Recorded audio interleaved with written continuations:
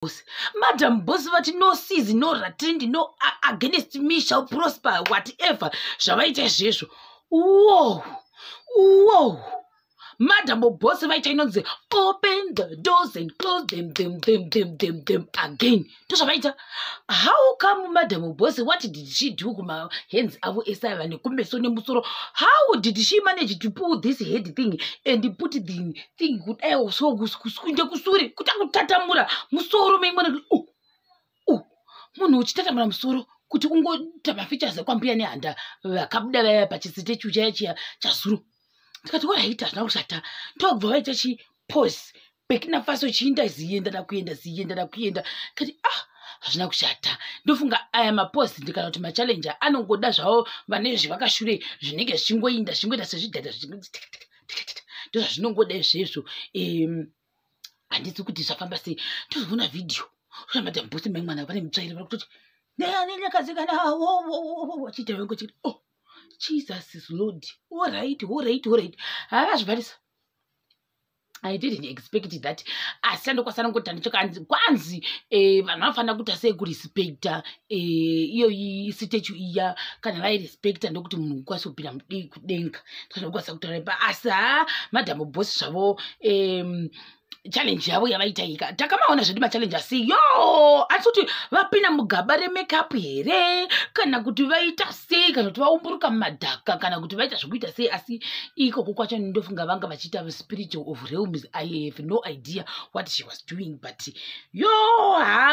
vanhu vagurika zvavo vanhu vakatanga kukomenta vakatanga ikira neZambia zvakabuda zvikanzi NeHanda Nyakaslay queen wakazobridge riniko ini suma hater tichitambudzika eyo Burkina Faso rinoyera wakazoita mbridge riniko isu vakasviba tichizvitadza idetembo yarikwana munhu wandoposta ku page kwako itatanga kushora pazimse rebs ndokubva ndasenda kupi Madam Boss ku page kwavo zvikanzi ko ingataneta wani nekushandisa filter ko tiiseiwo paplug tisvikewo ko ingapa nguva yekufara mbinga dzinotenga shampopo nai NeHanda Nyakaslay queen tidzidziseiwo kani zvikanzi munopenga zvikanzi I can't with sadza eaters vangu vadirawo zvikanzi nangu Mbuya NeHanda vakati mapfupa achamuka kozi vavakaona imi makumutsa maBurkina Faso. Why? Ndivangwawo. Zvikanzi nawe kubva December atanga handisati ndamwa zvangu mamba. Asi yei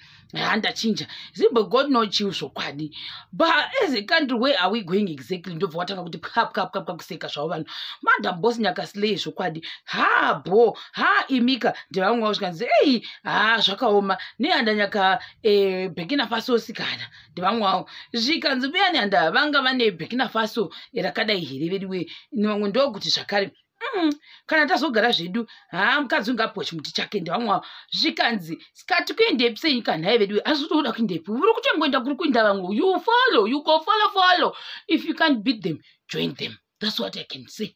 Muna manje nguva ino yekarolina kudai zvokwadi unogara une BP unogara une stress vamwe ndovakuti zvakare these pigs yes as a country kwada paya kuti at this rate takashota zvishua vamwe ndovakuti vanhu vangu vachiseka zvavo pakwata zvavo ndofunga kuti vangu vachitukwa zvavo vangu vachiseka zvikanzi it's now a trend zvokwadi vapei chimuti chavo amanaka I give up on you but many achazorova wani wenyu yekira ndikati zvina kushata zvikanzi ndiNyakaslay queen vamwe ndokuti takusungai manje ndivamwawo nowanda waizimuledzi vakabatana got it from Mbuya NeHanda since this post yekera ndivamwe vangu vachitaura zvangu vachitaura kuti zvina kushata chirege kuenda kupi kupeji raMadam Boss kuona kuti vamwe vanga vachiti chii zvikanzi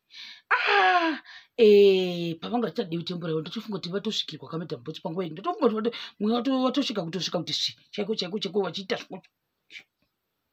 chigwinagwina kaMadam Boss zvina kushata zvakangonaka zvakare izvozvo zvikanzi NeHanda Nyakasikana ndauya muri kuti nhaye vazukuru ndevamwe wavo zvikanzi ndiMadam Boss avo zvikanzi endeka zvakaoma vamwe ndokuti Nyakasikana masimba wena kwamuri ikoko kukuitirai second street extension zvokwadi zvimwe asi zvokutamba nazvo ignorance vamwe vadiri kuti zvina kushata tinenge tichidzidza zvakare sizvikwanzi amupindi denga munoita sei munofanira kurespecta respect. Zvikanzi nevamwe zvakare, ai munhu achapengata sasikana ga vanhu vatanga kuseka mapedza face powder yese zvenyu but well done. Zvakaoma vediwe ine stress. Munhu uyu zvakaoma haasi right kana masogara. Zvikanzi kambosungana kachena kabva kabudikira kumashure pakangonzwa kuti Mbuya NeHanda kabva katiza. Zvokwadi chibhoki chawo chacho chinga chiri sure chatotiza chingarega kutiza nekuda kwecha chiona kuti mupiwe sadza wangodi wangosvikirwa panguva yacho zvina kushata kana mupiwe sadza kana yeye mutengi wesadza wachoni waita saizvozvo chinototiza chinokona nekutiza chotiza. Zvikanzi nevangu vedu wetu 2020 ngaichipera madzoka taane social media kanai ambuya svikiro iyo inoda data kuti itiudze mafambiro atichaita muhondo ichatevera ishi. Ndikati wo hatizivo. This got me very worried watanga kuseka. Asi chiinhai machallenji evanhu vanonzi vanoyera zvokwadi boheri NeHanda chimhandara ende futi zvakaoma hamusi manga makungotaura marodhi ese amunoziva here apa. Zvikanzi apa maenda nechimuti vamwe zvikanzi asika zvakaoma veduwe vamwe ndokuti akent zvakaoma hazvo ko musoro uyu nhai kuti vasira madhodha musoro asi after that vari kutonoshambiwa zvavo kana kuti chichaitika I don't know asi nemanekisheni avo zvanga zvakanaka nerosari dzavo dzaungawana dzidzidzodzo. Zvikanzi nyongolo handizvikanzi but zvakaoma hazvina hazvo mhosva naimi. Yes, you made my day. Vamwe vanhu soka pakaipa yei kwa nhai vedwe ndavhunduka nhai vedwe asi chii nai MadamBoss mune mazvinga amana mai vanonakidzwa zvavo ava ndodawo kunakidzwa so ini wewo highest level lemedo ndevamwe hazvina kushata tinge tichidzidza zvakawanda nhasi ndaseka zvangu. MadamBoss hai ndasarenda ayasi mai ava vakaoma zvokwadi chitaurira kana zvasvika pakudai ko nai kira comic pass vane award yenyu vaitaura chirungu here kwa ayasi I died inezi terezi boy here vangachisvikirwa chitaura mafirst place maine stress machitepo rodzi mabhata maese makantini ose anenge achiryiwa aya vakati chicken slice nandosi vachitaura makambani ndofunga vakati hair salon vakati maskitsi zvina kushata tinge tichidzidza mastreets. Zvikanzi nevamwe zvakare vari kuita kubuda muguruva chaimo ko toda kuvaona vakapfeka yeblack iya ko mutsvairo waita sei handiti manakisa ko shaya kuramba wakangonamana neshoulder yowe zvangu zvakaoma mazvivharisa zvegore rese ndevamwe wavo ifi kuti angada kuti chiuyikira. Zvikanzi this is what we call pure talent ndevamwe wavo vamwe ngati nhasi mandikila zvikanzi mazondisipaka zvokwadi pafoni pangu kafesi powder kari kupfumbuka zvokwadi yanga yakazara kuti face powder maimwana kuti hazvina kushata hangu achiswima tera suhlanya straight full stop ende futi zvakaoma bata wenyu wedu anopenga zvokwadi chai boy here kutamba mbuya ndevamwe wavo ngati hazvina kushata. NeHanda Nyakaslay defense mechanism same neiri pastatue you are something else vamwe wavo makavhungwa makapfeka shashikuri NeHanda vanga vari pastatue vakanga vakapfeka shashikuri vanhu vanovhunza zvakaita izvozvo kana ndizive nekuda kwei asi chimbwa chatiza vanhu vazhinji vachozviona kuti chimbwa nana chatiza chazvikonyiwa chikati ndinikamirira izvozvo charova siporo.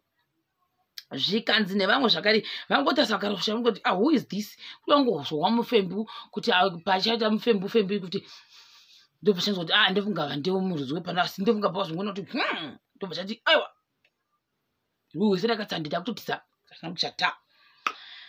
Zvikanzi nevamwe zvakare mazotipinza bhizi manje holy uneka that nevamwe wavo aibo nevamwe zvikanzi Mbuya NeHanda mangosiya muchienda kwaikira chachikazara vamwe ndokutanga manje kumapeji kuchitora manje vachichase vachichilingisa zvina kushata ndokutanga kuita comparison and contrast yani yestatue yazuro iya kuti MadamBoss on Mbuya NeHanda challenge chineuti ichi ndochina budenga zviningati saka ndinofunga muzuva ranhasi MadamBoss ndo vanenge vachitrenda nenyanda chakasikana yavo. Everyday vanobuda zvinhu zvitsva, everyday there is something new.